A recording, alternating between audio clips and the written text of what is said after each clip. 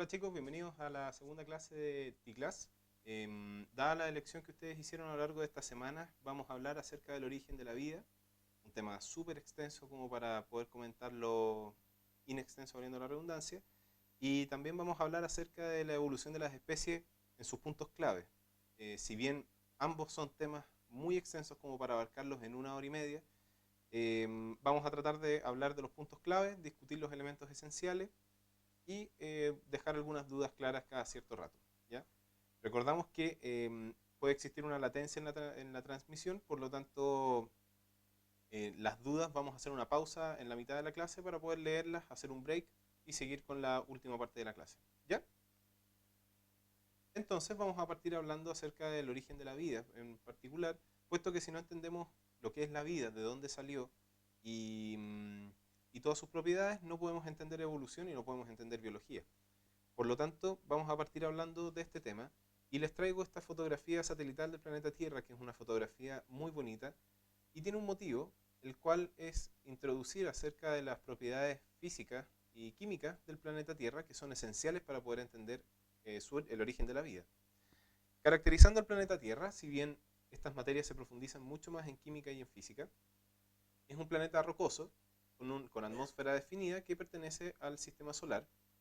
En tamaño es el quinto después de los gigantes gaseosos y está ubicado en la tercera órbita desde el Sol hacia la distancia y es el único planeta que tiene vida objetiva hasta la fecha. Si bien aquí hay que ser súper abiertos de mente cuando hablamos de este tema, no estamos diciendo que es el único planeta con vida, sino que estamos diciendo que es el único planeta que tiene vida hasta ahora de lo que hemos podido investigar en otros lados. Su estructura, si bien como sale aquí en el gráfico, yo en este computador estoy viendo mi presentación, por si acaso, que ustedes pueden ver debajo del video de la clase, es un planeta que tiene un núcleo sólido hecho de una aleación de níquel y fierro, el cual rota en torno y está rodeado por un núcleo externo que son materiales fundidos y rodeado a su vez por un manto donde en su zona más externa tiene una corteza que está compuesta de diferentes elementos como vamos a ver más adelante. ¿Cómo se formó este planeta?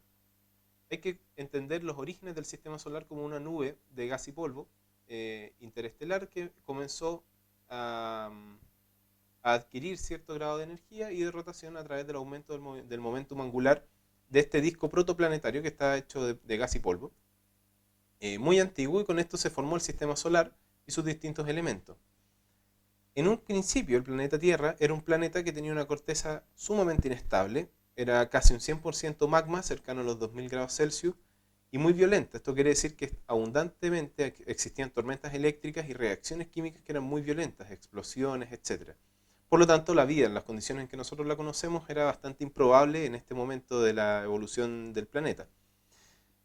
Posteriormente se formó o se consolidó, mejor dicho, este núcleo interno de níquel y fierro, con posterior inicio de la rotación de este núcleo, y esto permitió un elemento que es crucial para el desarrollo de la atmósfera terrestre y ulteriormente de la vida, que es el establecimiento del campo magnético, el cual protege a los gases que están en la atmósfera del viento solar, que son partículas con alta energía que impiden la formación de ciertas moléculas que son fundamentales para la vida.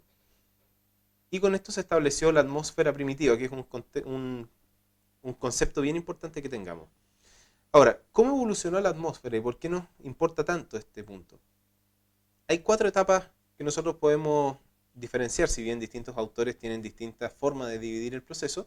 La que a mí me gusta es esta porque encuentro que es bien pedagógica y se entiende bien. Primero, obviamente, se originó la atmósfera, que ya lo estuvimos comentando.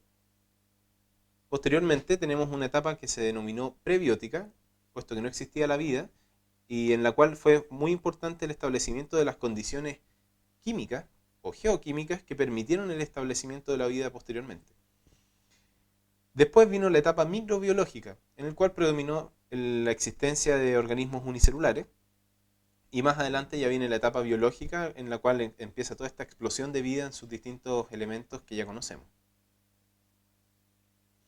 Redondeando los elementos principales del origen de la atmósfera, tienen que tener en cuenta el concepto de esta bola de fuego que era el planeta Tierra, de que posteriormente se empezó a enfriar y se perdió gran parte del hidrógeno y el helio que existían como remanentes del protoplaneta que se había formado. Y dado toda esta intensidad, toda esta actividad sumamente intensa que existía en la corteza terrestre, esta atmósfera, en un principio, muy al principio, tenía altos niveles de nitrógeno, de dióxido de carbono, de ácido clorhídrico y de dióxido de azufre. Por lo tanto, es una atmósfera muy distinta a la cual nosotros conocemos actualmente. Y cosas elementales es que no tenía oxígeno y que no existía agua, o si existía agua, existía a nivel de trazas. Posteriormente viene esta atmósfera primitiva prebiótica, en que lo principal que destaca de esta etapa es la formación de los océanos. Empieza a acumularse agua, ¿no es cierto?, a base de distintas reacciones eléctricas de distinto origen, pero estos océanos que se empezaron a formar, obviamente por arrastre, estas lluvias contenían altos niveles de ácido clorhídrico y de ácido sulfúrico, por lo tanto precipitaban hacia los océanos, y estos océanos en realidad eran un poco tóxicos en esta fase, tóxicos para la vida como la conocemos nosotros. Y en este momento casi toda la atmósfera era nitrógeno, alrededor del 98%. Y nuevamente, no había oxígeno. Y en este punto ya viene la importancia de destacar el por qué no había oxígeno acá. Y es un punto súper importante, puesto que el oxígeno es una molécula altamente reactiva. Basta que ustedes vean lo que pasa cuando cortan una manzana y la dejan a la intemperie. En unos pocos minutos se va a empezar a oxidar. Si nosotros no tuviéramos mecanismos antioxidantes, estaríamos fritos.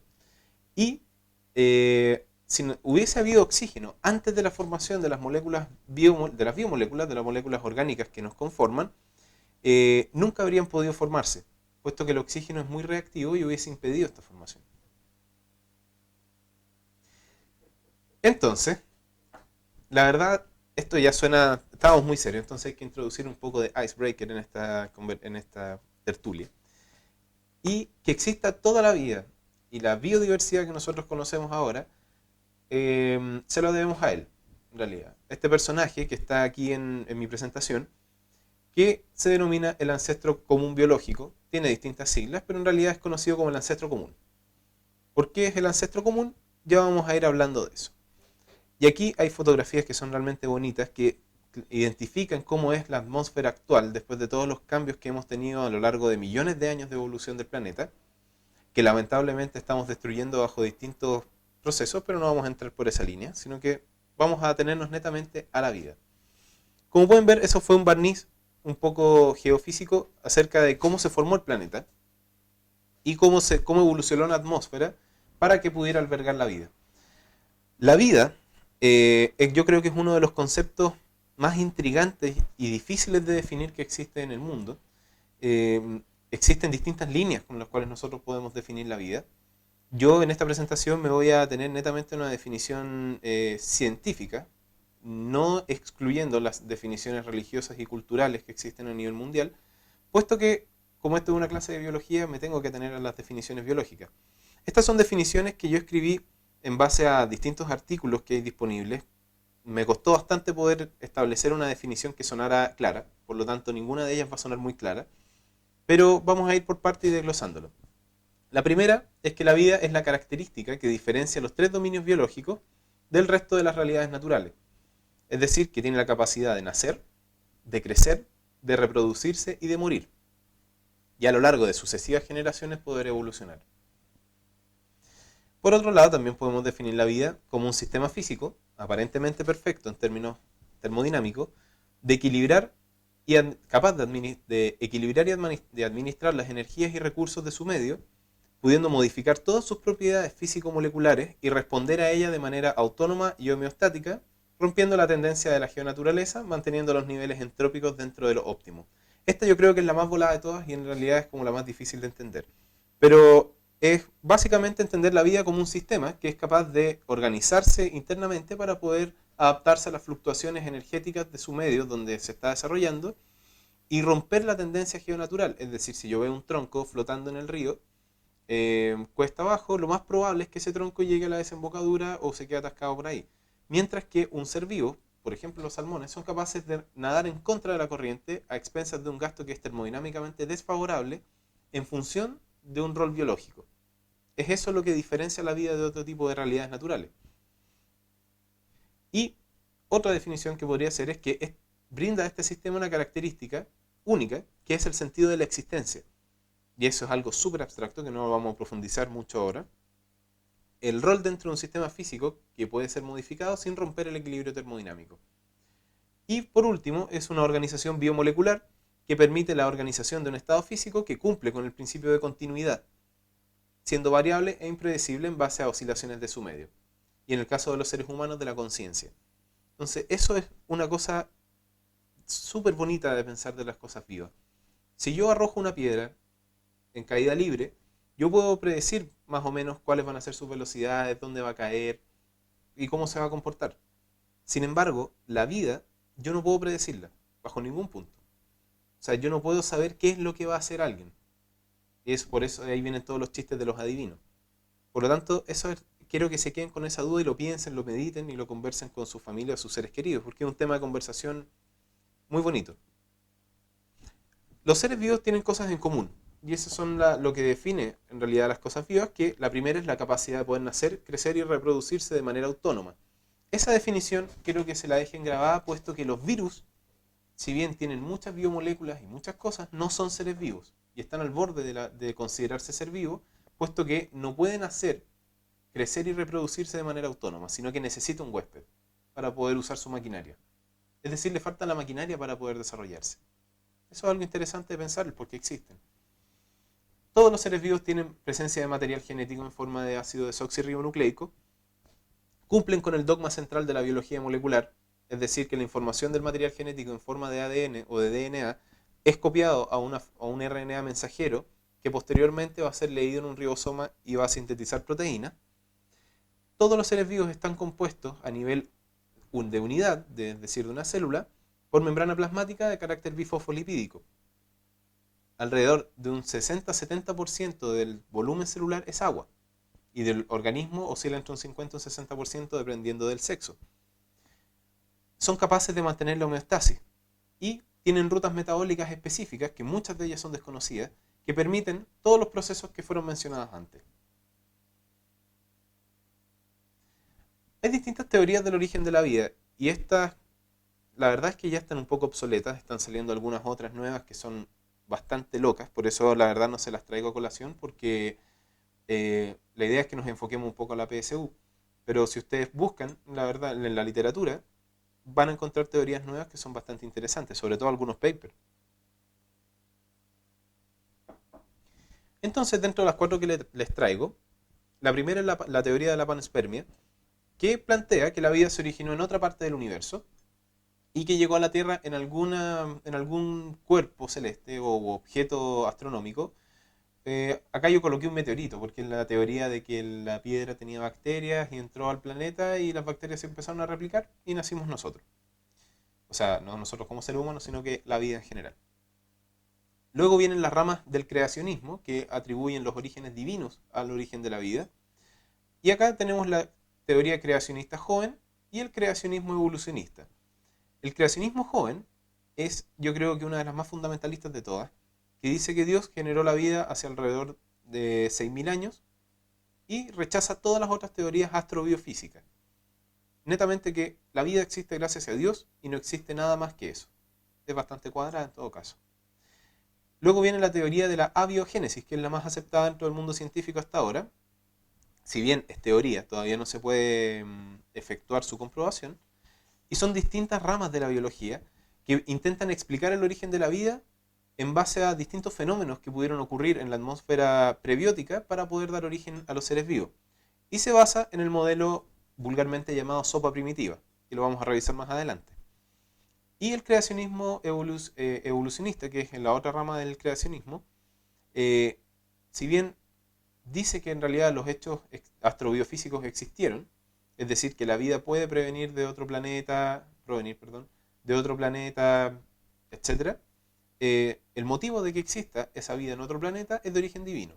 Entonces es como un poco más amplio que la teoría creacionista joven, atribuyendo todos los fenómenos astrobiofísicos a un origen divino, sin ponerle ningún nombre.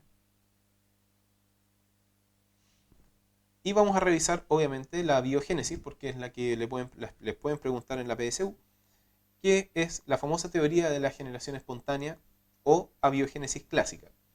Y esto partió hace mucho tiempo, con Aristóteles, diciendo que la vida se origina a partir de elementos inorgánicos como la materia putrefacta, el sudor, etc.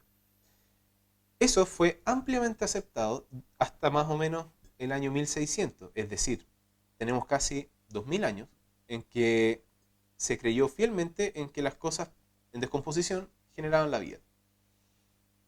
Solamente hasta 1668 aproximadamente, Francesco Redi hizo un experimento que es muy simple, pero demostró que esto no era tan simple, el origen de la vida no podía ser solamente de carne pudriéndose, sino que tenía que haber algo más.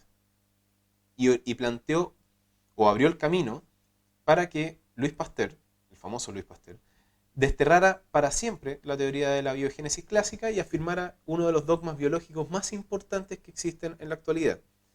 Por eso es un dogma. Y es que un ser vivo se origina a partir de otro ser vivo. ¿Ya? Este es el famoso experimento de Redi, que es el experimento de las larvas de mosca. Y básicamente acá tenemos dos frascos, hay dos modalidades del experimento, por eso hay 4 frascos. Pero tenemos dos frascos, uno tapado y otro abierto. Y dentro se colocan 2 trozos de carne y uno se dejó abierto y el otro se tapó. Entonces, al dejarlos a la intemperie, se dio cuenta que las moscas entraban al frasco destapado, obviamente colocaban huevos, y en el otro no, porque estaba tapado. Y posteriormente se dio cuenta que aparecían larvas de mosca en el frasco destapado y en el otro no. Entonces, la generación espontánea quedó puesta en duda, puesto que si fuese espontáneo en el frasco cerrado también tendrían que haber aparecido larvas. ¿Ya?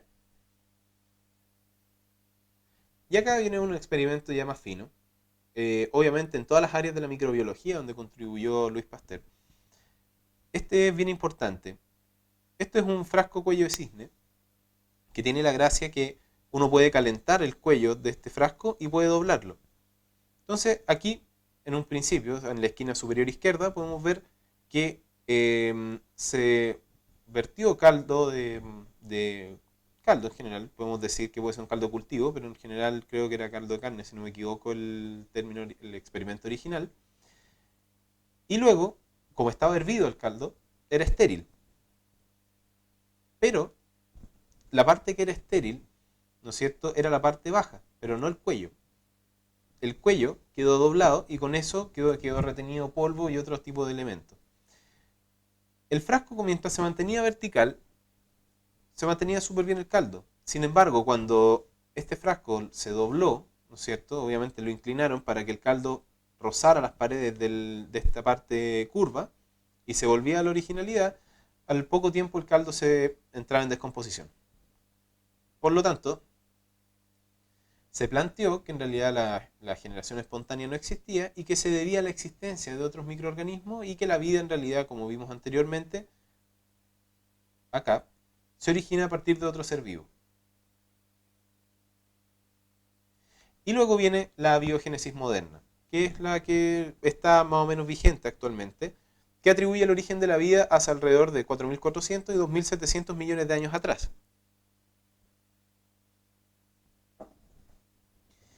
Y acá viene el modelo de la sopa primitiva. En la sopa primitiva, básicamente dice que fue un charco o algo que en realidad a escala macro o micro, que tenía elementos inorgánicos que pudieron transformarse a orgánicos por alguna razón y estos elementos orgánicos comenzar a interactuar entre sí para poder formar biomoléculas y posteriormente células. Y aquí viene la pregunta del millón: ¿cómo se generó la primera célula? Y aparecen los experimentos de Miller y Oparin, que utilizan el concepto o el modelo basado en los coacervados. Esta es una estructura teórica y que viene basado o que está fundamentado por el comportamiento molecular e hidrofóbico que tienen los lípidos, que cuando están en un medio acuoso tienden a formar micelas, que son estos compartimentos que están en la imagen. Y que cuando se rompen estos coacervados, forman las mismas micelas pero más pequeñas. Este fue obviamente un avance súper poderoso hacia lo que es el establecimiento de las membranas bifosfolipídicas y la estructura celular. Sin embargo, es importante que todo esto fueron experimentos para basar teorías, no son leyes, puesto que todavía no se logra demostrar con hechos cómo se generó la vida. El experimento de Miller, basado en la teoría de Oparin, consiste en lo siguiente. Aquí, en comenzar el experimento haciendo hervir agua, ¿no es cierto? Agua estéril, y obviamente el vapor de agua llega a un lugar donde habían gases, metano, amoníaco, hidrógeno, imitando la atmósfera primitiva, con electrodos que podían dar descargas de alta intensidad, de alrededor de 100.000 volts, y con esto obviamente existía un condensador y precipitada esta agua. Esta agua después de haber pasado por esta tormenta eléctrica. Algo muy interesante es que posteriormente a que el agua pasaba por esta cámara de gases y de tormentas eléctricas, pudieron encontrar nucleótidos, ATP, algunos aminoácidos, glicerol, glucosa, lípidos anfipáticos, etc. Es decir, teniendo lípidos anfipáticos puedo formar la membrana plasmática, teniendo glicerol puedo formar triglicéridos, fosfolípidos, etc. Aminoácidos, proteínas, nucleótidos, ATP, glucosa, ya tengo como los elementos que suenan hacia la dinámica celular. Pero, obviamente, la vida no es tan simple y la biología no es tan simple. Yo puedo formar muchas piezas de una célula, pero no por eso voy a formar una célula. Hay una frase muy linda que dijo un científico alguna vez, no recuerdo exactamente cuál, qué científico fue, pero la frase dice que es más fácil tomar las piezas de un Boeing 747, el avión, dejarlas todas esparcidas y molidas en un campo y que pase un huracán y que vuelva a armarse el avión por completo, antes de poder formar una célula con la dinámica que tiene una célula actual a partir de unas pocas moléculas orgánicas de un charco de agua. Y eso es un punto que los tiene que dejar pensando. Entonces, si bien yo logré formar moléculas orgánicas a partir de un mundo inorgánico, hay una gran pregunta sin respuesta. ¿Cómo se logró la autorreplicación y la autoorganización de estas moléculas en complejos que son las células? Es un mundo, si ustedes piensan lo complejo que es el funcionamiento celular, es difícil imaginar que a partir de un charco con distintas moléculas orgánicas pude formar un sistema que es capaz de autorregular su homeostasis, que es capaz de replicar su información genética, de almacenar información en forma de moléculas que sea capaz de transmitir un mensaje. Es muy volado. Es decir, que podríamos estar hablando de esto mucho rato. Entonces empecemos a organizar la célula primitiva. Una buena pregunta es pensar, ¿qué fue primero? ¿El ácido ribonucleico o el ácido desoxirribonucleico? Hoy en día sabemos que la principal molécula que almacena la información genética es el ácido desoxirribonucleico. Sin embargo, el ácido ribonucleico, van a ver por qué podría ser un excelente candidato a pensar que fue primero el ácido ribonucleico y después el ácido desoxirribonucleico. Obviamente, estos puntos no creo que esté viendo la clase, pero si alguna vez alguien la ve, me recuerda mucho a la clase que yo tuve con el doctor Eugenio Spencer, bioquímica, que es un ramo muy complejo, pero se ven todo este tipo de cosas. Y este es el concepto que habla del mundo de RNA. ¿Por qué yo les digo que el RNA fue primero que el DNA?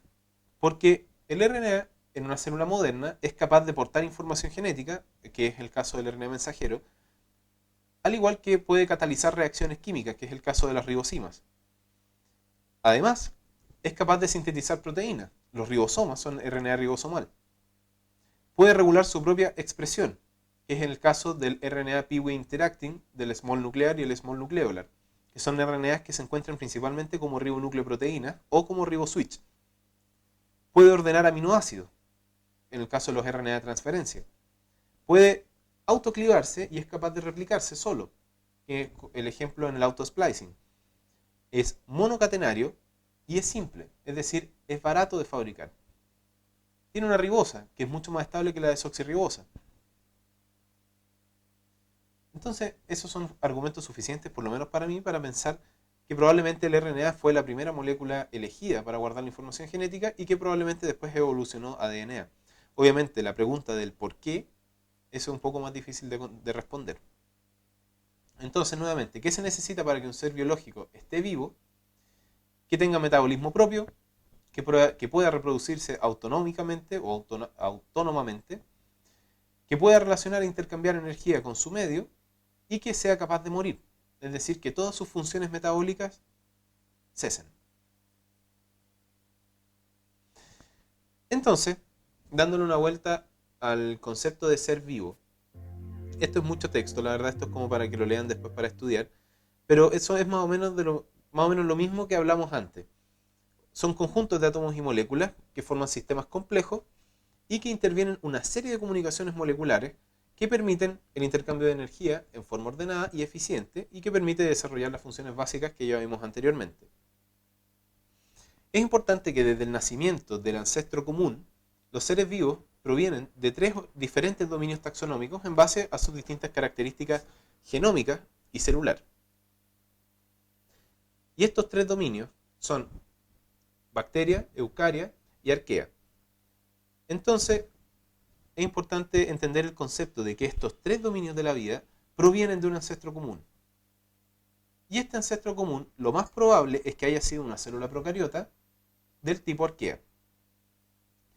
¿Y cuál es la prueba más fiel a esto? Son los estudios basados en la bioquímica celular común y el código genético.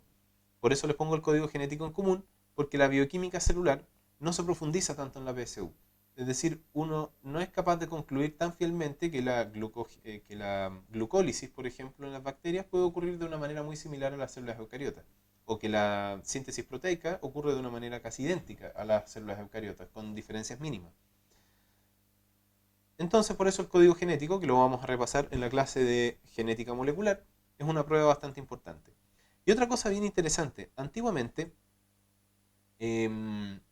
las células procariotas, a las arqueas se les asociaba mucho más a las bacterias como tal.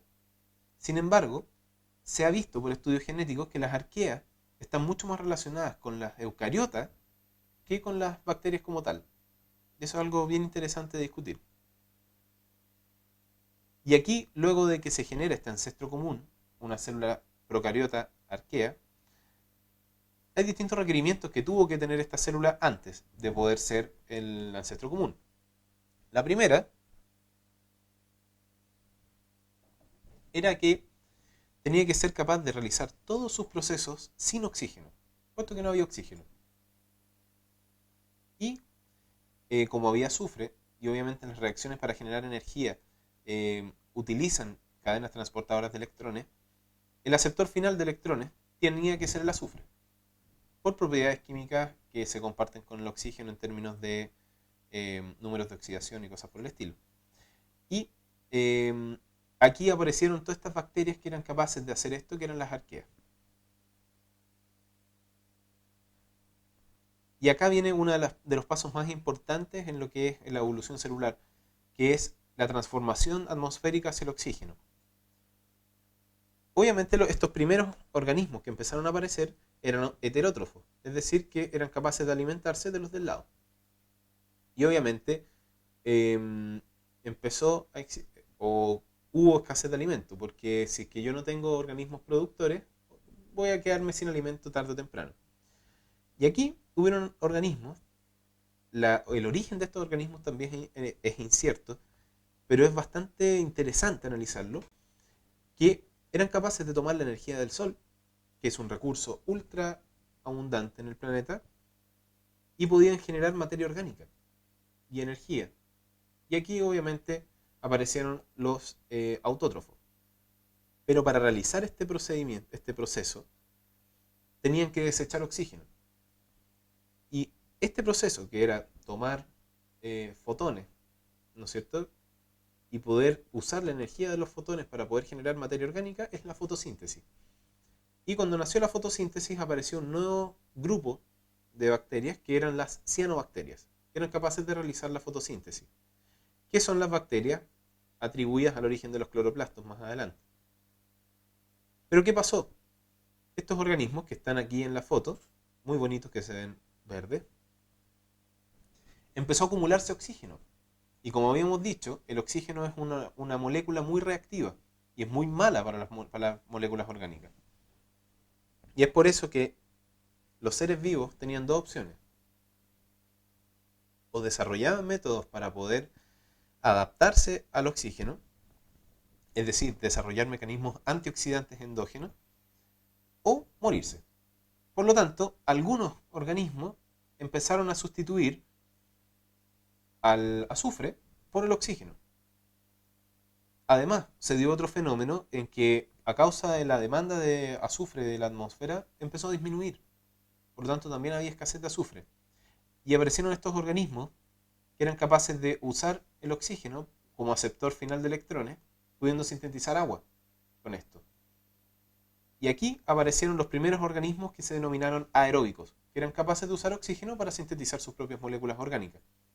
Y obviamente la síntesis de moléculas orgánicas utilizando oxígeno suena mucho a la respiración celular. Por lo tanto, aquí ya podemos tomar algunos conceptos actuales que aparecieron hace millones de años. La primera célula eucariota se postula que se originó por una serie de procesos endosimbióticos seriales. Eso significa que tenía una célula procariota más grande, probablemente una espiroqueta o una arquea, que fagocitó otra célula y quedó viviendo en su interior aportándole sus funciones, y posteriormente ocurrió la misma simbiosis y con esto aparecieron los organelos. Entonces, una primera etapa tenía que ocurrir una endosimbiosis de una bacteria fermentadora anaeróbica, es decir, que no utilizara oxígeno, y más adelante ocurrir una endosimbiosis de una bacteria aeróbica, y con esto en teoría se originarían las mitocondrias. Por eso las mitocondrias tienen muchas cosas muy similares a las bacterias, como el coeficiente de sedimentación de sus ribosomas y el DNA circular sin intrones, característico de las bacterias. Y una tercera etapa que vendrían a aparecer los cloroplastos. Y aquí ya tendríamos la diferencia entre las células eucariotas que se irían hacia un lado más animal y las otras que se irían más hacia un lado como rol de organismo productor. Ya ir cerrando todo lo que es el background, ¿no es cierto?, de cómo nosotros logramos llegar a la vida en el que estamos. Esto solamente es para ponerle una lista de las extinciones graves que han ocurrido a lo largo del desarrollo del planeta Tierra. Y obviamente, como ya en este periodo donde ya teníamos células eucariotas, posteriormente empezaron a aparecer los primeros unicelulares como organismos más complejos, principalmente protozoos. Ya después empezaron a aparecer los primeros fitoplancton y organismos pluricelulares muy simples, pero ocurrieron periodos donde la gran biomasa que existía en el planeta Tierra disminuyó. Y estas fueron estas extinciones, ¿no es cierto? La era glaciar, que ocurrió la primera hace aproximadamente 440 millones de años. Posteriormente vino una de las más duras que ha tenido el planeta Tierra, que fue hace 250 millones de años aproximadamente, que es la extinción del Pérmico Triásico. Y ya hace poco han habido algunas otras relacionadas principalmente con lo que es donde estaba empezando el Cámbrico.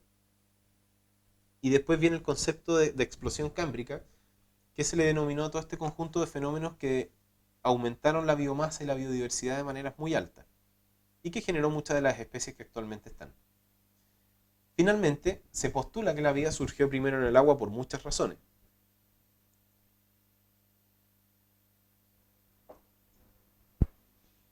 Em, la formación de las primeras bacterias, si seguimos el modelo de la sopa primitiva, tiene que haber ocurrido en el agua. Las cianobacterias en el agua y las eucariotas en el agua siguiendo el mismo modelo. Las primeras plantas tendrían que haberse formado en el agua. Y los primeros animales invertebrados, los que estábamos hablando antes, ¿no es cierto? El fitoplancton y todo esto, también en el agua. Y los primeros vertebrados mandibulados también ocurrió en el agua. Es decir, que la corteza, el terreno seco del planeta Tierra fue habitado mucho después que el agua. Y obviamente acá viene la pregunta de qué se necesita para poder vivir en la Tierra. Se necesita obtener el oxígeno no del agua, sino que del aire. Por lo tanto, necesito órganos especializados en eso. Necesito tener extremidades o algún método para poder desplazarme. Y aquí viene el desarrollo de lo que es la articulación coxofemoral en los organismos que tienen pies. Y necesitamos protección, puesto que ya no estamos en el agua, entonces estamos expuestos al aire directamente, Y es muy fácil perder líquido y perder agua y poder morirse de deshidratación. Por lo tanto, tenía que tener una capa protectora que me impidiera perder líquido abundantemente. Entonces, hasta ahí vamos a llegar con la primera parte de la clase. Vamos a dar un break de 10 minutos, em, principalmente para ver las dudas y para que puedan ir a hacerse un café, para que puedan descansar un poco la mente. Y eso, y después terminamos con evolución de las especies, que es bastante más rápido.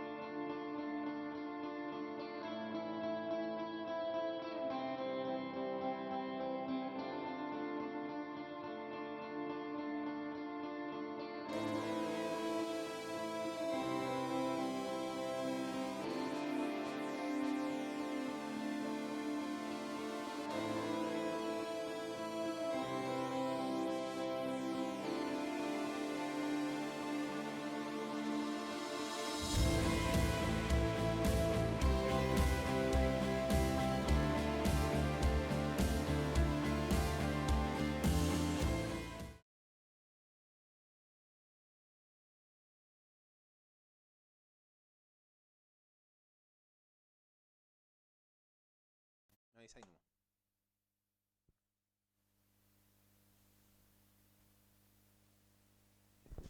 Ya, entonces, después de este break, espero que hayan cargado un poco las pilas. Yo sigo tomándome acá un cafecito, pidiendo que me excusen por hacerlo. Pero la lluvia en Santiago lo ameritaba. Es agradable que llueva un poco para tratar de descontaminar un poco esta ciudad que está horriblemente contaminada, no solamente de gases, sino que de otras cosas que después las vamos a conversar cuando nos veamos. Y ahora vamos a darle la última parte de la clase, que es evolución de las especies. Como les dije, estos son temas tan extensos que es imposible abarcarlos en su integridad completa en 1 hora y media. Por lo tanto, estas son las directrices más importantes como para poder entender básicamente lo que es la evolución y para poder contestar algunas preguntas. Como definición, la evolución son transformaciones o cambios a través del tiempo que originan o originaron la diversidad de formas que existen de vida que existen en la Tierra a partir de un antepasado común. Actualmente es el prisma biológico y es esencial para poder entender la biología, tanto antigua como actual. Y lo importante es que es un proceso continuo, es decir, constantemente estamos evolucionando y dinámico. Y existen hechos que apoyan la evolución, no solo teorías, sino que hechos.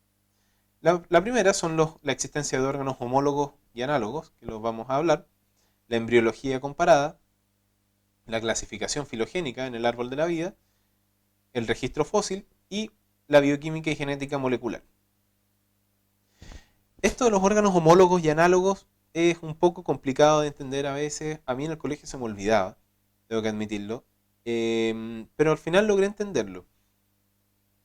Los órganos homólogos son los que tienen la misma función, perdón, tienen la misma estructura, pero tienen funciones diferentes, adaptadas al contexto de vida del organismo. En la imagen podemos ver la estructura de una extremidad superior, que está compuesta, obviamente, por el húmero, el antebrazo, que está compuesto por el cúbito y el radio, el carpo, ¿no es cierto?, o la muñeca, los metacarpianos y las falanges, que forman el brazo o la extremidad superior de un ser humano. Si comparamos esta misma estructura con la pata de un gato, podemos darnos cuenta que las patas delanteras también tienen un húmero, también se apoyan sobre lo que es el radio, y el cúbito permite los movimientos de flexión, el carpo, los metacarpos y la falange, obviamente con distintas variaciones estructurales para adaptar la función. Si vemos la aleta de una ballena, también vamos a encontrar húmero, vamos a encontrar el cúbito y el radio, vamos a encontrar el carpo y vamos a encontrar todas las falanges adaptadas, ¿no es cierto? Y si vemos el ala de un murciélago, lo mismo, son los mismos huesos. Por lo tanto, la función de la extremidad superior del ser humano es tomar las cosas, hacer fuerza, pelear, etc. De las patas de los gatos, la principal es defenderse y poder trepar. De las aletas de la ballena es nadar y de la ala del murciélago es volar. Por lo tanto, son funciones diferentes, pero que tienen la misma estructura y tienen el mismo origen embrionario. Eso es un órgano homólogo. La misma estructura, pero función diferente. Mientras que el órgano análogo es al revés. Tienen origen y estructura diferente, pero tienen la misma función.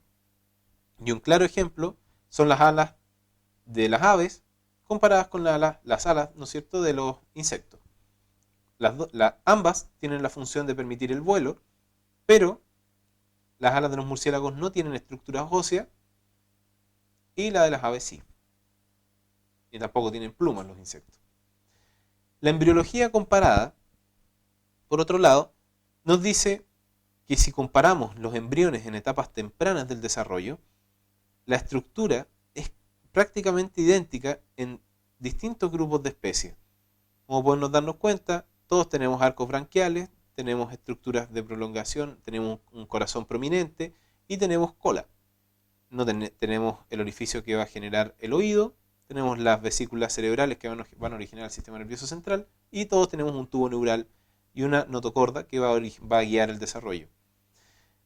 Si se fijan, posteriormente el feto de lo que vendría a ser en los organismos placentados y los organismos en desarrollo dentro de los huevos, en el pez son muy diferentes a la tortuga, al pollo, al conejo, al ser humano.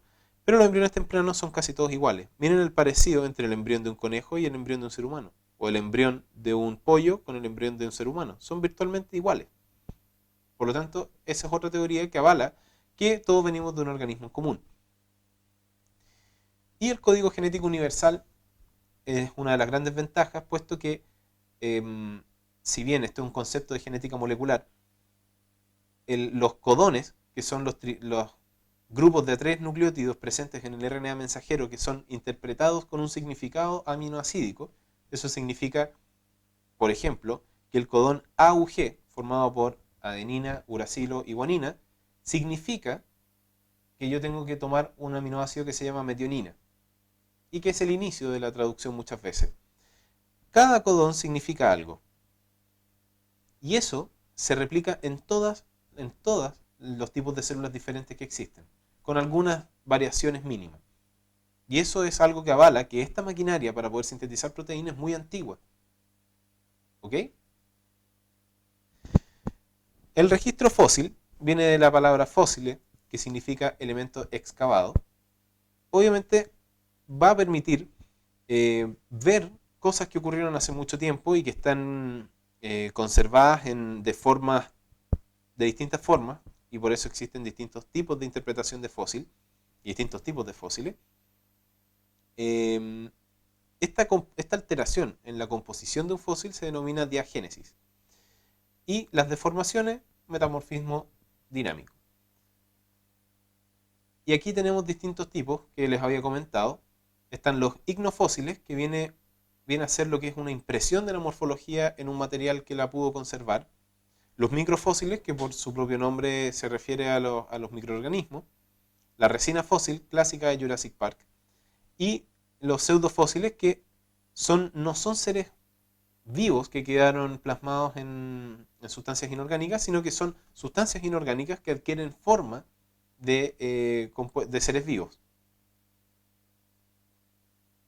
¿Para qué sirven los fósiles en la evolución? Obviamente permite conocer la morfología de los organismos en etapas anteriores, saber a qué edad geológica pertenecieron, y a través de mediciones de carbono radioactivos y otros isótopos permite estimar la edad y saber más o menos cómo era la distribución de la vida en distintos periodos del desarrollo de la Tierra.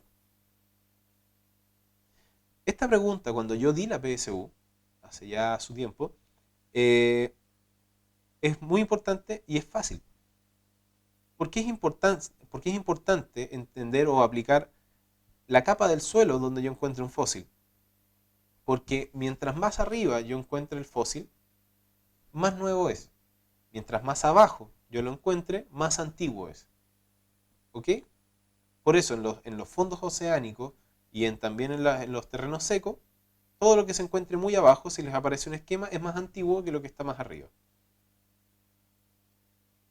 Y finalmente, ya llegando a las teorías evolutivas, vamos a hablar muy someramente del darwinismo, y a lo que vamos a referirnos más es a la teoría sintética moderna de la evolución, que es lo que abarca distintos elementos como la selección natural y otros más, para poder aplicarlo a distintos elementos. Casi siempre si hablamos de evolución tenemos que hablar de Lamarck y de Darwin.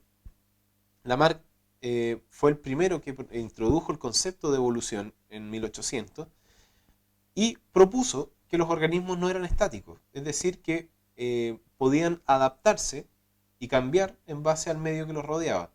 Y por eso colocan siempre clásicamente el ejemplo de la jirafa, que al principio tenían el cuello normal y como querían alcanzar las hojas de las copas de los árboles, estiraban mucho el cuello y por eso sus descendientes iban a tener el cuello más largo y así sucesivamente hasta tener los cuellos largos que tienen actualmente.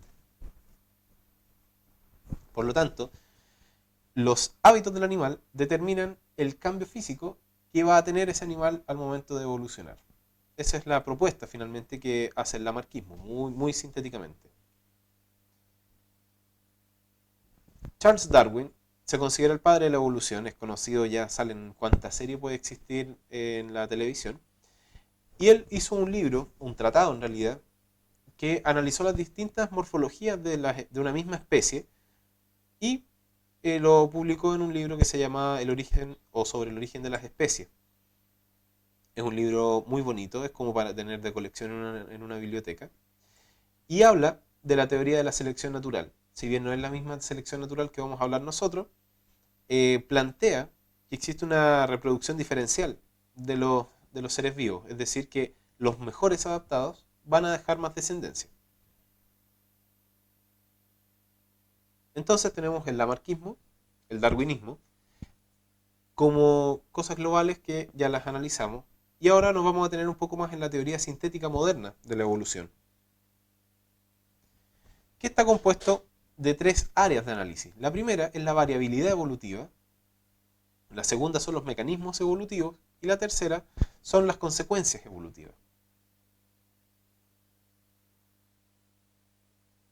La primera, la variabilidad evolutiva, como dice su nombre, es cómo yo o a través de qué mecanismos puedo generar variabilidad, como el concepto de variabilidad visto a nivel de genética básica. eh, Pueden ocurrir mutaciones, ya sean espontáneas o adquiridas, que son alteraciones de los productos proteicos provenientes de distintos genes. Obviamente, si yo tengo una mutación en mi color de ojos, por ejemplo, puede que mi descendencia tenga un color de ojos amarillo. Y ese color se transformó en un nuevo gen que codifica, o un alelo, que codifica el color amarillo gracias a la mutación. Y aparece una nueva característica en mi población. A través de recombinación, ya sea intraespecie, o mejor planteado en lo que es la meiosis, ¿no es cierto? En los dos elementos que generan variabilidad intraespecie de la meiosis, que es el crossing over y la permutación cromosómica, o interespecie, a través de genética de poblaciones, ¿no es cierto? Que son las transferencias horizontales de genes, que es lo que se usa mucho actualmente, ¿no es cierto? Que es el hecho de que yo conozca a una mujer que no forma parte de mi linaje genético y tenga descendencia con ella, y mis hijos obviamente van a tener una mezcla de mis genes con los de ella, y mis hijos cuando ya hagan lo mismo van a seguir mezclando los genes de forma horizontal. Eso también es una forma de generar variabilidad, sobre todo cuando varío la cantidad de genes recesivos y dominantes. Y además el flujo genético, que es la migración de los individuos. Entonces, esas son las formas con las cuales yo puedo obtener, y acá vienen los mecanismos a través de los cuales yo puedo evolucionar. Y la teoría sintética de la evolución plantea dos mecanismos. Uno es la selección natural, que la forma de plantearla en la teoría sintética no es la misma de como lo plantea Darwin. Aquí no es el organismo más adaptado el que va a dejar de descendencia, sino que simplemente es una reproducción diferencial de distintos genotipos en una población biológica. Eso significa que yo puedo tener distintos organismos o genotipos A, B, C, y por distintas características puede que C se reproduzca más que que B. Por lo tanto, voy a tener más organismos C, y esos organismos C después van a ir variando sucesivamente. Eso es seleccionar. Y la deriva génica son pérdida al azar de distintos genes, generalmente son los menos frecuentes de una población, y con eso disminuye la diversidad genética de una población y finalmente se produce una selección. ¿Cuáles son los tipos de selección natural que existen? Existen tres. Y esto es importante porque puede que les salga alguno de estos gráficos. La selección natural estabilizadora básicamente nos dice que la descendencia va a tener un predominio de los alelos que se encuentran con mayor frecuencia en la población anterior, y los menos frecuentes van a tender a desaparecer. Como pueden ver en la presentación, la línea punteada representa la distribución del genotipo de la población antes de la descendencia, y la curva rellena de celeste, el área bajo la curva, representa ya lo que es la F1, la primera generación. Y como pueden darse cuenta, el predominio de los genes es acá, ¿no es cierto? Es en el centro de la curva, donde está la mayor prevalencia, y las colas de la curva tendieron a irse hacia el centro. Por lo tanto, aumentó la cantidad de genes que antes era la más abundante y disminuyó la cantidad de genes que antes eran los menos abundantes. Por lo tanto, se estabilizó hacia un determinado tipo de genotipo. ¿Vale? Son chistosos. La disruptiva, como dice su nombre y como muestra la curva, es todo lo contrario. La descendencia va a tener un predominio de los genotipos que antes eran menos frecuentes. Y los genes que antes eran los más prevalentes van a tender a desaparecer. Es como que yo le pegara un combo a la punta de la curva y se hundieran. Esa es la selección disruptiva. Y la selección direccional es como que yo tomara la curva y la corriera para un lado. Es decir, la distribución va a ser más o menos similar en términos de forma de curva, pero se va a desplazar hacia otros tipos de alelos. En este caso, los que antes eran muy frecuentes, ahora son poco frecuentes. Los que eran poco frecuentes en un lado casi no existen, pero los que eran raros, ¿no es cierto?, ahora son muy frecuentes, son los más frecuentes. Pero aparecieron otros genes que antes no estaban. Por lo tanto, la curva mantuvo su distribución, pero se desplazó hacia otro tipo de alelo. Y finalmente, ¿cuáles son las consecuencias evolutivas? La primera es la adaptación, ¿no es cierto? Que es un proceso en que una población se adecua morfofisiológicamente de una manera más eficiente a su ambiente. El proceso de coevolución va orientado hacia lo que es la relación interespecífica que tienen dos individuos y que el cambio de un organismo induzca un cambio en el otro organismo. Es decir, que van evolucionando a la par. La evolución también puede generar la extinción, como vimos anteriormente, y puede desaparecer completamente una especie. Y la cladogénesis quiere decir cuando una especie diverge en dos especies diferentes que se especializan en roles ecológicos diferentes. Y algunos elementos ya un poco más profundos de lo que son los mecanismos de adaptación es el primero, que es el principio de exclusión competitiva, que quiere decir que dos especies nunca van a poder ocupar el mismo nicho ecológico por mucho tiempo, ¿ya? Porque tienen que adaptarse a distintos nichos por el hecho de que si existe competencia, acuérdense que la competencia es una relación interespecífica que es negativa para los dos, por lo tanto esas especies van a tender a desaparecer si es que no ocupan nichos diferentes. Y durante la adaptación pueden aparecer nuevas características o pueden desaparecer algunas, que es el caso de las muelas del juicio de los Homo sapiens. Finalmente, y dándole ya el barniz final a esta clase, ¿cuál es el propósito de evolucionar? El éxito reproductivo. El objetivo de una especie es reproducirse, es lograr dejar descendencia, que los genes sigan existiendo en el planeta. Por lo tanto, es importante que todas estas características están hechas para que el organismo pueda dejar su descendencia y que la descendencia sobreviva. Y hay una frase muy bonita, que siempre la digo, que es que la ontogenia replica la filogenia. Eso quiere decir que el desarrollo del individuo, como está escrito más abajo, replica el desarrollo de su especie en el desarrollo embriofetal. Eso quédenlo pensando. ¿Ya? Bueno chicos, esa fue la clase número 2 de biología. Quiero hacer una mención ahora que ya terminamos la clase. Nos dimos cuenta a través de nuestros sistemas que la votación fue bastante falseada. Nos dimos cuenta que alguien votó más de 100 veces en menos de una hora por esta clase y que fue una conducta repetida. Por lo tanto, ojalá te haya gustado esta clase, pero tengo que decirte que en realidad, si es que estás viendo esta clase, ese tipo de conductas son muy malas, puesto que es abusar de un servicio que está hecho para la comunidad. Puede que esta no haya sido la clase que en realidad la comunidad quería ver, pero esta clase tarde o temprano se iba a emitir. Por lo tanto, llamo en realidad a usar este servicio que es Biología On Demand de una manera responsable. Yo lo hago con mucho cariño y con mucho gusto. A mí me gusta hacer este tipo de actividades, pero respetémonos los unos con los otros, puesto que si no, en realidad basándonos en lo que acabamos de ver, nos vamos a seguir extinguiendo como especie. ¿Ya? Así que eso. Vamos a revisar las dudas.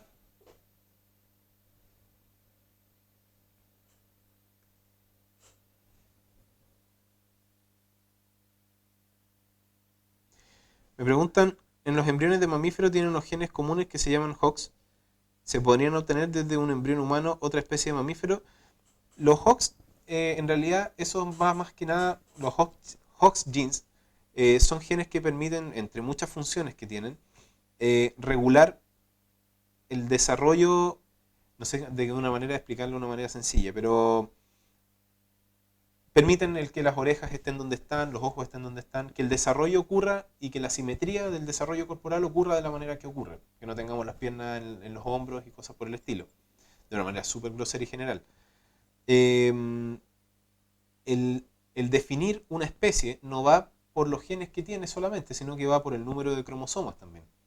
Entonces el Homo sapiens, que tiene 46 cromosomas, si yo le agrego una determinada cantidad de cromosomas para que tuviera 78 cromosomas, como el caso de los perros, si no me equivoco, es muy difícil que se obtenga de todas maneras otra especie.